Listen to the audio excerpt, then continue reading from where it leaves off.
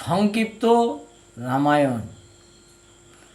আদিকাণ্ডে রাম জন্ম সীতা পরিচয়, অযোধ্যা কাণ্ডেতে রাম বনবাস হয়, অরণ্য কাণ্ডেতে হয় জানকী হরণ, কিষ্কিন্ধা কাণ্ডেতে হয় সুগ্রীব মিলন, সুন্দর কাণ্ডেতে হয় সাগর বন্ধন, লঙ্কা কাণ্ডে মরণে রাবণ নিধন, উত্তর কাণ্ডেতে ছয় কাণ্ডের বিশেষ, মন দুঃখে বৈদেহীর পাতাল প্রবেশ, এই সুধা ভাণ্ড সপ্ত কাণ্ড